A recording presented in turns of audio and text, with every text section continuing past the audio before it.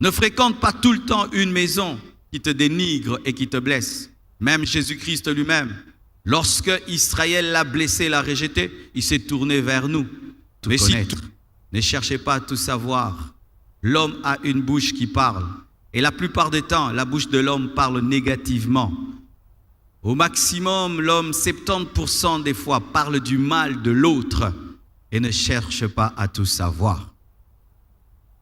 La première des choses qu'il faut savoir, pour éviter les blessures de l'âme, ne cherche pas à tout savoir sur toi ou ne cherche pas à tout connaître sur ce qu'on dit de toi. Ecclésiaste 7, verset 21. Ne fais donc pas attention à toutes les paroles qu'on dit, de peur que tu n'entendes ton serviteur te maudire. Je répète, ne fais donc pas attention à toutes les paroles qu'on te dit, de peur que tu n'entendes ton serviteur te maudire. L'une des choses qui protège dans la vie, c'est l'ignorance. Que tu le veuilles ou pas, il y aura toujours des gens qui diront des choses méchantes sur toi. Et tu n'es pas obligé de tout connaître, de tout savoir, car l'ignorance protège. Un maître qui veut tout savoir, qu'est-ce que le cuisinier dit, qu'est-ce que le maçon dit, qu'est-ce que le travailleur dit, le chauffeur dit, sera blessé parce que d'habitude, les serviteurs ont tendance à critiquer leur maître. Hier, je suis allé bénir un mariage et quand je suis sorti, j'ai trouvé beaucoup de voitures dehors et les chauffeurs se sont mis en groupe pour causer. Et ils parlaient de qui? Ils parlaient de leur patron. Pendant que leur patron était dans des salles climatisées, eux étaient dehors en train de parler du mal. Et si ces patrons avaient des caméras et tout et entendaient tout, c'est sûr qu'ils n'allaient pas savourer le luxe dans lequel ils étaient. Tu n'es pas obligé de tout savoir. Sur Internet, il y a certaines vidéos qui m'insultent, mais que je n'ouvre jamais. Tu vois le titre, tu sens qu'ici c'est costaud. Tu ne te donnes pas la peine d'ouvrir parce que je sais déjà qu'il n'y aura que des blessures dans ces vidéos. Ça ne va rien m'apporter ni m'ajouter, à moins que Dieu me dise d'écouter. Mais sinon, je me garde. Ne cherchez pas à tout connaître. Ne cherchez pas à tout savoir. L'homme a une bouche qui parle.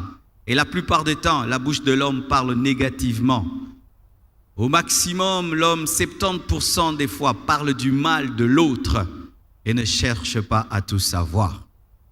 J'ai eu une expérience très désagréable dans ma vie qui, jusqu'à aujourd'hui, vraiment me traumatise. Vous savez, avec ces téléphones, des fois, tu es en train de causer avec quelqu'un et il pense avoir éteint alors qu'il a continué à causer. Et une fois, j'appelle quelqu'un, on parle et il a cru qu'il avait éteint, mais il a continué à parler et j'ai entendu. Et quand il parlait, on dit, mais c'est qui que tu viens d'appeler? Oh, c'est Marcelo. Et il m'a donné un nom là. Et moi, j'étais au téléphone, je continuais. Et il a commencé à parler du mal de moi, me dénigrer, pas possible. Après quelque temps, il a coupé. Et là, j'étais encore très, très chaud. Je l'ai appelé. J'ai dit, tu sais, je viens d'entendre tout ce que tu viens de dire sur moi. Tu as cru que tu avais coupé, mais tu m'as appelé comme ceci. Et lui, au lieu de s'excuser, il ajoute encore. Et je vous assure, ça a mis du froid dans notre relation parce que j'avais entendu ce que je ne devais pas entendre parce que la plupart d'entre nous, après avoir éteint, c'est que nous disons et ce que nous disons après avoir éteint. Et je vous assure, dès lors, quand quelqu'un me téléphone, la première des choses que je fais directement, j'éteins. Je coupe vite et je me rassure que j'ai coupé. Pourquoi? Je n'aimerais pas entendre ce que tu dis quand tu as fini de parler. Vous connaissez ces choses-là que les gens disent après avoir appelé. Depuis ce jour, je veille à ne jamais savoir ce que les gens disent après avoir téléphoné parce que j'en ai pas besoin. Tu n'as pas besoin de tout savoir. Et toutes ces personnes qui viennent te dire des choses dont tu n'as pas besoin, il faut les discipliner. On a dit ça sur toi, on a dit ça sur toi. Ça t'avance à quoi lorsque tu sais tout ce qu'on dit sur toi? Est-ce que ça te donne la paix? Ça te donne la joie? Ça te donne la sagesse? Ça te fait avancer dans la vie? Si ça ne le fait pas, bien-aimé, garde ton innocence et ton ignorance qui te donnent la joie et la paix. Amen. Hein? ne cherchez pas à tout savoir. Deuxième principe, il faut éviter les personnes qui te blessent gratuitement. Psaume 1, verset 1. La Bible dit ceci: « Heureux l'homme qui ne marche pas selon le conseil des méchants, qui ne s'arrête pas sur la voie des pécheurs et qui ne s'assied pas en compagnie des moqueurs. » Lorsque tu t'assieds avec un moqueur, vous allez vous moquer des autres. Mais le moqueur, lorsqu'il n'a plus quoi dire sur les autres, il va se moquer de toi. Et je te prie, mon frère, évite une personne qui a toujours tendance à perturber ta journée, à perturber ta joie, à perturber ton bonheur. Tu n'es pas obligé d'être son ami. Dans le domaine de l'amitié, nous avons le droit de choisir nos amis. Et dans le domaine de l'amour, nous sommes obligés d'aimer tout le monde. Aimez tout le monde, mais ne faites pas de tout homme votre ami. Ne fréquente pas tout le temps une maison qui te dénigre et qui te blesse. Même Jésus-Christ lui-même, lorsque Israël l'a blessé, l'a rejeté, il s'est tourné vers nous.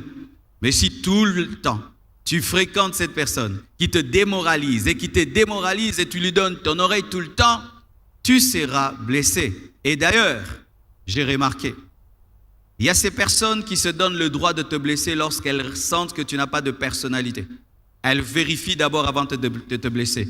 Si elles sentent que vraiment tu n'aimes pas qu'on te blesse, tu vas voir qu'avec toi, elles vont changer la manière de parler. Mais si tu te prends pour un sac de boxe où les gens peuvent faire des entraînements, tu verras cette personne avec toi avoir une manière de parler, de se comporter remplie de dénigrement parce qu'elle ressent en toi que tu acceptes qu'on te blesse bêtement.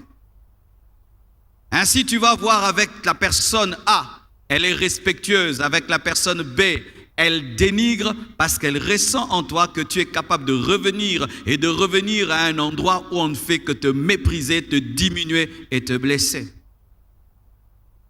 Évite les personnes qui te blessent gratuitement. Ne tombe pas dans la haine. Il ne faut pas les haïr, mais ne présente pas ton cœur tout le temps à quelqu'un qui ne fait que te décourager. Je te parle de mon projet une fois, et puis tu me décourages. 2 fois tu me décourages, 3 fois tu me décourages. Je t'en parlerai plus. Je parlerai à quelqu'un qui va m'encourager. Je te demande de me donner un conseil, tu m'insultes en me donnant des conseils. 1 fois, 2 fois. Mais non, j'irai chercher quelqu'un d'autre qui va me donner des conseils respectueusement. Je te parle de mes faiblesses et puis tu vas les répandre partout. Non, j'en parlerai à quelqu'un d'autre qui va les cacher et qui va prier pour moi. Ça, c'est ton droit. Alléluia, c'est ton droit. Ce n'est pas parce que tu es chrétien que tu vas exposer ton cœur. Blessez-moi, voici un cœur disponible. Non, Dieu n'a pas dit cela. Amen. C'est pourquoi Dieu n'appelle pas tout le monde son ami. C'est pourquoi Dieu ne se révèle pas à tout le monde. Il se révèle à ses intimes. Alléluia. Évitez ces personnes. Et il y a des personnes qui dans ta vie ont le nom d'amis, mais qui doivent quitter ce rôle d'amis et devenir des connaissances, des camarades de classe et tout le reste, mais ne pas être des amis. Parce qu'un ami accentue ton bonheur, transforme ta vie, te donne la joie, la paix. Il fait partie de ton équipe, mais si c'est toujours ton ami qui te blesse et qui te dénigre, ce n'est pas ton ami, c'est une connaissance. Troisièmement, il faut éviter toute rivalité. Jean 3, verset 25 jusqu'au verset 31. La Bible dit, « Or, il s'éleva de la part des disciples de Jean une dispute avec un juif touchant la purification. Ils vinrent trouver Jean et lui dirent, « Rabbi, celui qui était avec toi au-delà du Jourdain et à qui tu as rendu témoignage, voici il baptise et tous vont à lui. » Jean répondit, « Un homme ne peut recevoir que ce qui lui a été donné du ciel. Vous-même m'êtes témoin que j'ai dit, je ne suis pas le Christ, mais j'ai été envoyé devant lui. Celui à qui appartient l'épouse, c'est l'époux. Mais l'ami de l'époux, qui se tient là et qui l'entend, éprouve une grande joie à cause de la voix de l'époux. Aussi cette joie qui est la mienne est parfaite. Il faut qu'il croisse et que je diminue. Celui qui vient d'en haut est au-dessus de tous. Celui qui est de la terre est de la terre, et il parle comme étant de la terre. Celui qui vient du ciel est au-dessus de tous. » Acclamons cette parole de Jean-Baptiste. Alléluia. La rivalité. La rivalité, mes frères et sœurs, est parmi les choses qui amènent beaucoup de blessures. L'une des choses qui m'a donné la paix quand je me suis converti, c'est que j'avais quitté le monde de la rivalité parce que moi, quand j'étais païen, vraiment, je vivais dans la rivalité maximum. Rivalité des vêtements, rivalité des copines, rivalité des chaussures, rivalité de la maison de tes parents, rivalité de tout et des mensonges entrés, des jalousies pas possibles. Je me souviens quand j'étais païen, le matin je pouvais me réveiller et puis je porte une culotte et je porte des babouches et je ne m'habille pas très bien. Vous savez pourquoi? Parce que je vous laisse vous habiller avant moi. Comme ça je peux calculer le niveau. Ouais. Donc je suis là en culotte, là, je vous regarde et puis vous vous habillez bien. Alors vers 16h, 17h, je m'habille en fonction de vous. Et quand je me suis habillé, je fais 2 tours dans le quartier, au coin et au coin et au coin. Et puis je rentre devant chez nous, je vous boude tous. Ouais.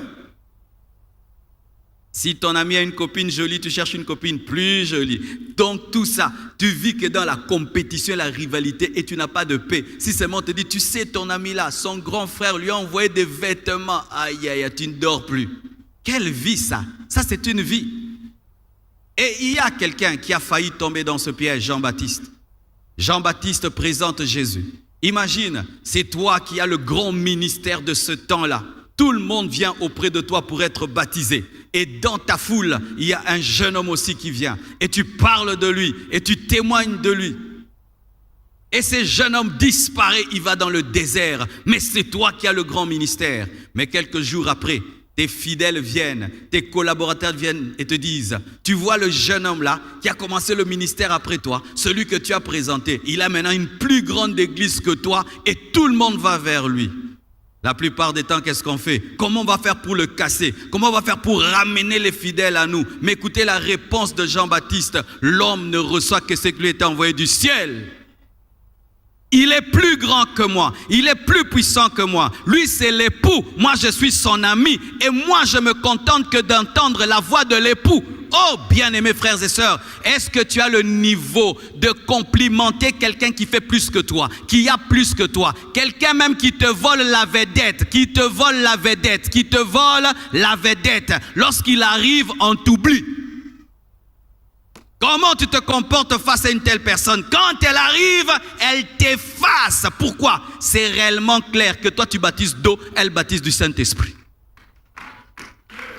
C'est tellement clair que toi tu as le baptême de repentance, mais lui amène le baptême qui amène au ciel. C'est tellement clair que l'épouse est à lui et toi tu n'es que l'ami de l'époux.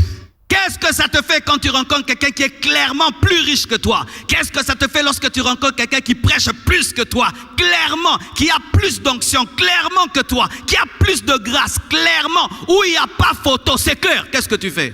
Tu le rabaisses ou tu reconnais, tu l'élèves.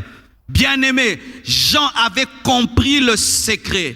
On ne combat jamais le ciel parce que tout don parfait vient du ciel. On ne combat jamais le ciel. Chaque fois que tu entres dans la rivalité par rapport aux grâces des autres, tu es en train de corriger Dieu qui a fait grâce selon sa souveraineté.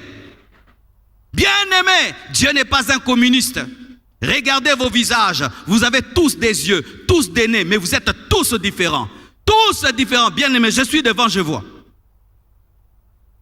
Vous êtes tous différents. Et Dieu qui crée des hommes différents, vous voulez que nous puissions nous ressembler en tout. Nous ne serons jamais pareils. Il y aura toujours quelqu'un plus fort que toi, plus riche que toi, plus intelligent que toi, plus loin que toi, plus connu que toi, plus aimé que toi. Tu dois l'accepter. Si tu ne l'acceptes pas, tu seras blessé. Jean, pendant qu'il avait la foule, était déjà préparé à perdre la foule. Et quand la foule le quitte pour aller auprès de Jésus, il dit, c'est ce que je vous avais dit, quelqu'un plus grand que moi allait venir, c'était lui. Alléluia! Alléluia! Et c'est une bonne manière de corriger les gens qui t'amènent dans la rivalité. Tu vois quelqu'un qui veut t'amener dans la rivalité en te disant qu'il te dépasse pour inciter la jalousie en toi, mais si au lieu de le dénigrer, tu le glorifies, il va s'arrêter. C'est pourquoi les disciples de Jean-Baptiste ont fini par être baptisés au nom de Jésus. Et dans la Bible, il y a un homme qui n'avait pas compris ce que Jean-Baptiste avait compris, Saoul. Bien-aimés, voyez dans la parole. Dieu, lorsqu'il envoie Abraham, il lui donne Isaac et Jacob. Parmi les fils de Jacob, il y a un, Judas, à qui Dieu donne la royauté. Il lui révèle qu'il va engendrer des rois. Mais Judas commet un péché qui retarde la bénédiction. Au lieu que le premier roi vienne de Juda, le premier roi, Saoul, est venu de Benjamin. Alléluia. Et Saoul est roi, non par Juda, le plan parfait de Dieu, mais par Benjamin, la volonté permissive de Dieu. C'est pourquoi lorsque on a oint Saoul, on n'a pas utilisé une corde, mais on a utilisé une fiole. La fiole est créée par les hommes, mais la corde est créée par Dieu. David est oint avec une corde, mais Saoul est oint avec une fiole. Mais celui qui reçoit l'onction de la fiole, lorsqu'il voit celui qui a reçu l'onction de la corne, combat la corne alors que la corne est supérieure à la fiole, parce que la corne est créée par Dieu, mais la fiole est créée par les hommes. Il combat ce qu'on ne combat pas. Il a l'onction de la fiole, l'onction de Benjamin, qui est l'onction d'un attendant, car Dieu finit par rentrer auprès de Judas, parce que c'est à Judas qu'il avait promis. Mais celui qui est oint en attendant combat celui qui devait être oint définitivement. Voilà maintenant. Il reçoit l'onction de la corne. Et avec cette onction, il commence à terrasser des lions, terrasser des ours. Et un jour, il entre dans une guerre, il voit Goliath. Et avec seulement une petite fronde, il le tue, Goliath. Bien-aimé, lorsque tu as l'onction de la corne, n'utilise jamais les armes de la fiole. Lorsque Saoul lui donne les armes de la fiole, il les essaie, il dit « Alléluia » et il rentre dans les instruments de la corne. Et il tue Goliath. Mais quand il tue Goliath, il n'a jamais poussé les femmes à chanter pour lui. Mais les femmes maintenant commencent à chanter. Les femmes vont en studio et enregistrent une chanson. Le refrain de la chanson, c'est quoi? David 10 000, Saoul 1000. Et David 10 000, Saoul 1000. David 10 000, Saoul 1000. Et Elders, David 10 000, Saoul 1000. David 10 000, Saoul 1000. Et la chanson entre dans le palais du roi. Et le roi est assis sur le trône, mais il entend le peuple chanter pour quelqu'un d'autre. Il dit, ils m'ont donné la dîme de David. Il ne lui manque plus que le trône. Et c'était prophétique. Il ne lui manquait plus que le trône. Mais tu ne dois jamais combattre un homme pour lequel on chante, parce qu'il n'a jamais poussé les femmes à chanter. Mais les femmes, prophétiquement, ont senti que c'est lui le véritable roi. Il a une onction supérieure. Et Saoul devient champion en lance de javelot. Chaque fois qu'il voit David, il lance des javelots. Et David, qui a la véritable onction, devient professionnel en esquive. Lorsque tu es poursuivi par Saoul, ne rends jamais le mal pour le mal, car tu n'as jamais cherché son trône. C'est Dieu qui t'a choisi derrière le brebis de ton père. Quand Dieu t'élève et les gens te combattent, bien-aimé, ne perds pas ton temps à les combattre, mais toi demeure en intimité avec Dieu et Dieu va s'occuper d'eux. Quelqu'un qui est déjà mort, on ne le touche pas parce qu'il est mort. Il avait déjà perdu l'onction, perdu le trône. Ce n'était qu'une question de temps. David ne l'a jamais touché et il est mort par les lances qu'il lançait. Il lançait des flèches et David esquivait, mais ces flèches qu'il a lancées sont revenues contre lui parce qu'un jour, au cœur de la bataille, il a demandé qu'on le tue. Avec quoi? Une lance. Bien-aimé, ne perds jamais ton temps à combattre quelqu'un que Dieu a élevé. Ne perds jamais ton temps à combattre quelqu'un qui a plus que toi. Si cela est venu de Dieu, le temps que tu passes à le combattre, Dieu te ravira ce qu'il t'a donné et il lui donnera. Alléluia. Ne te rivalise avec personne. Chacun sa vie, chacun sa destinée. Chacun sa vie, chacun sa destinée. Je dis chacun sa vie, chacun sa destinée. Bien-aimé, vous savez que la rivalité peut donner des insomnies. Tu avais choisi aux examens d'État, mais tu étais en paix parce que vous avez fait néant.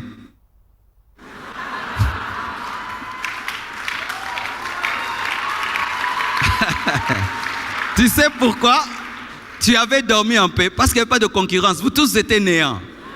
Mais une fois encore, tu allais dans une autre école. Tout le monde avait réussi. Même le plus bête de l'école, sauf toi. Là, tu n'as plus dormi. Pourquoi la compétition? Ne te rivalise à personne. Tu seras blessé tous les jours, je t'assure. Parce que Dieu bénit qui il veut. Il élève qui il veut. Alléluia. Quand il veut. Et tu vas vouloir tuer David alors qu'il n'a jamais cherché. Il n'a même jamais prié pour devenir roi à ta place. C'est Dieu qui l'a choisi. Pendant qu'on le choisit, il était derrière les brebis. Donc il n'avait même pas une idée politique. Il voulait seulement devenir un grand berger. Quatrième chose. Si tu veux éviter les blessures intérieures, évite de blesser les autres. Galates 6, verset 7. Ne vous y trompez pas, on ne se moque pas de Dieu. C'est qu'un homme aura sémé, il le moissonnera aussi. Celui qui sème pour la chair, moissonnera de la chair la corruption. Mais celui qui sème pour l'esprit, moissonnera de l'esprit la vie éternelle. Et celui qui sème les blessures, moissonnera les blessures. Pourquoi ce frère ou cette sœur, cette personne-là, t'a blessé? Peut-être tu l'as cherché. Ah oui, car des fois, c'est nous qui cherchons. Le problème que tu as avec ta femme, qui l'a commencé? Peut-être c'est toi qui lui as mal parlé. Le problème que tu as avec ton mari, maman, peut-être c'est toi qui as commencé. Ce frère-là qui t'a mal répondu pendant le culte, peut-être que tu n'as pas été courtois.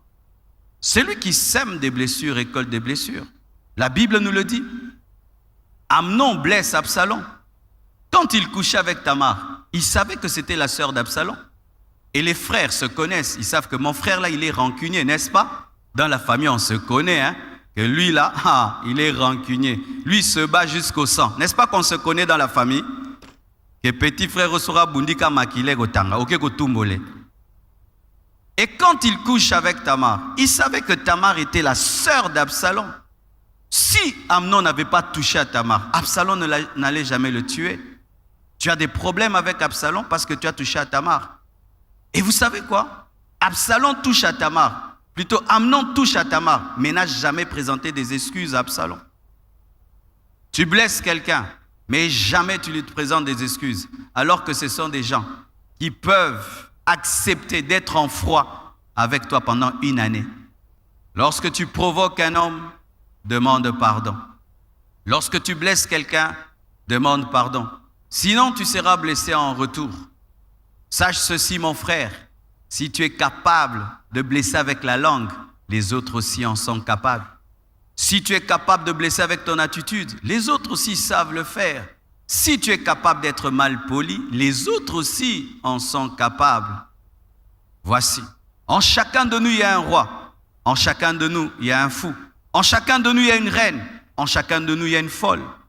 Tu peux réveiller le fou qui est dans l'autre par les blessures que tu provoques, ou tu peux réveiller le roi qui est dans l'autre en étant respectueux. Si tu ne veux pas être blessé, apprends à parler aux autres. Apprends à te comporter avec les autres, avec humilité, avec simplicité, avec respect. Tu sèmes le respect, tu récolteras le respect. Tu sèmes l'honneur, tu respecteras l'honneur. Tu sèmes la déloyauté, tu récolteras la déloyauté. Un père avait l'habitude d'insulter son enfant. Tout le temps, il insultait l'enfant. Et vous savez, les enfants, ils apprennent très vite. Et un jour, son enfant échoue à l'école. Et le papa vient encore insulter son fils. Et il dit, toi vraiment, tu es une truie. Je crois, tu es un cochon. Tu es un cochon, vraiment, un cochon. Il a dit, oui, je sais. Le cochon, c'est l'enfant d'un porc.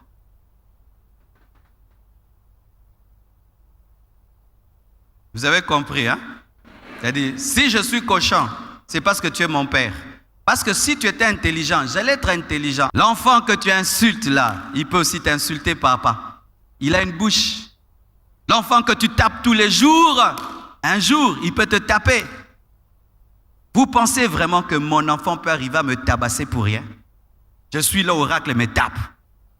Non, je dois créer quelque chose en lui pour l'amener à ce niveau-là, à moins qu'il soit vraiment voué à l'ennemi. Tes enfants te tapent, t'insultent. Ils ont appris ça où? Alléluia. Frères et sœurs, et j'ai remarqué dans l'église, il y a de telles personnes qui n'ont que faire des autres. Vous savez, moi j'étais protocolaire avant de devenir pasteur et tout le reste. Et je recevais les gens à la porte. Et j'ai remarqué qu'il y a des gens qui viennent que pour blesser les gens. Tu l'attends avec joie. Il est déjà à Kanda. Il est décidé de s'asseoir là où il veut. Même si tu lui présentes la droite, il va s'asseoir à gauche. Est-ce que vous avez compassion de ces protocolaires? Mets-toi à la place d'un protocolaire. Devant tout le monde, tu fais ça. Et le monsieur va là-bas. Et toi, tu as fait ça. Comment tu vas ramener comme ça? Oh ça. Comment tu vas faire? Et vous savez ce que j'avais fait? J'avais répertorié ces personnes qui viennent à l'église pour blesser les autres. Et quand tu arrives là, je te regarde, choisis ta place tout seul. Moi, je ne vais pas perdre mon temps à donner la place à quelqu'un qui choisira tout seul. Et bizarrement, ces personnes qui n'aiment pas accepter les places qu'on leur donne, attendre quand même qu'on leur donne. Comme ça, si tu dis gauche, il va à droite. C'est un plaisir. Mais un jour, tu risques de rencontrer un protocolaire qui s'est converti hier, baptisé hier. Il est encore frais. Ay, papa, yonde bando qui pasteur à terre. Poanine. Vous avez la porte d'entrée.